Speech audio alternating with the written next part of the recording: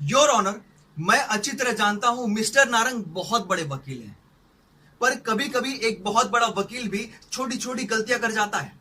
Mister Narang ने बड़े ही जोश में कहा कि मिस रिया का बलात्कार नहीं हुआ, बल्कि उन्होंने अपने मर्जी से ये सब कुछ किया।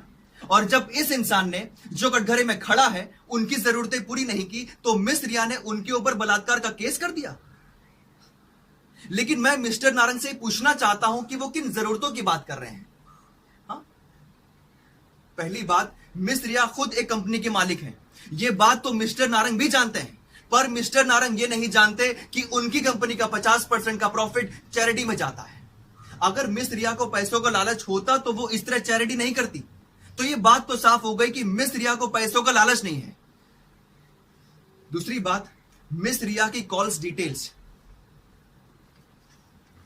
जिसमें उन्होंने कभी भी मुजरिम को कॉल नहीं किया, यानी उनके बीच में कोई दोस्ती या किसी भी तरह का रिश्ता नहीं था।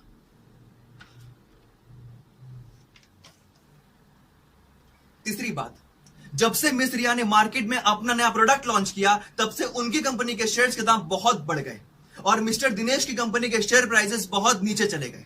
और ये वही प्रोडक्ट था जो मिस्टर दिनेश की कंपनी बनाती है। मतलब साफ है कि मिस्टर दिनेश की कंपनी को मिस रिया की कंपनी की वजह से बहुत नुकसान उठाना पड़ा।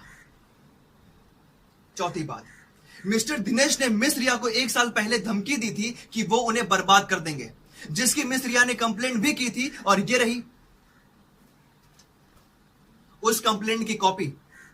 और अब जो मैं आखिरी सबूत देने जा रहा हूं, उसके बाद तो ये केस ही खत्म हो जाएगा।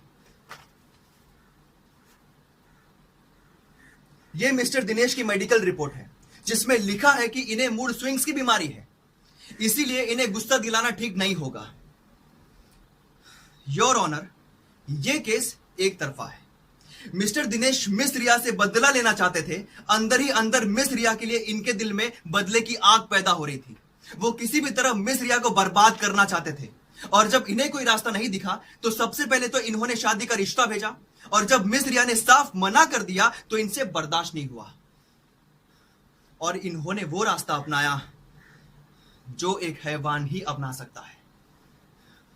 इन जैसे लोगों के लिए तो कानून में कोई भी मुनासिब सजा नहीं है, फिर भी मैं चाहता हूं कि इस इंसान को ऐसी सजा सुनाई जाए कि आज के बाद कोई किसी निर्दोष लड़की के साथ बलात्कार जैसा घिनौना काम करने का ख्याल अपने मन में भी ना लाए। That's all your honour. Thank you. Your witness please.